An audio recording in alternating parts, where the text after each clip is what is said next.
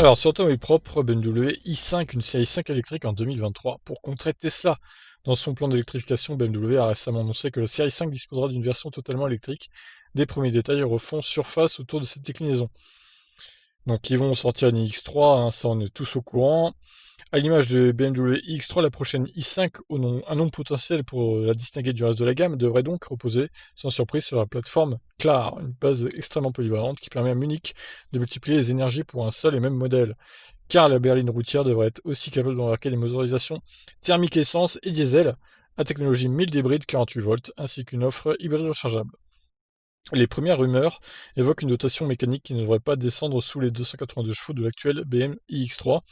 Une spéculation facile pour l'heure, mais la fiche technique devrait toutefois fortement gagner en puissance pour se frotter à la concurrence visée, les Porsche Taycan et la Model S en tête.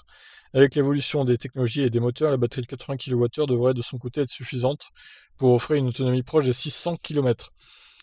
Alors, 80 kWh pour 600 km, même la Model 3 a du mal à le faire en version propulsion, donc honnêtement, je suis pas sûr que BMW y arrive, hein. Ou alors ils vont nous sortir des voitures extrêmement efficientes. Après, c'est peut-être 600 km NEDC. Et alors là, oui, effectivement, c'est facile à faire.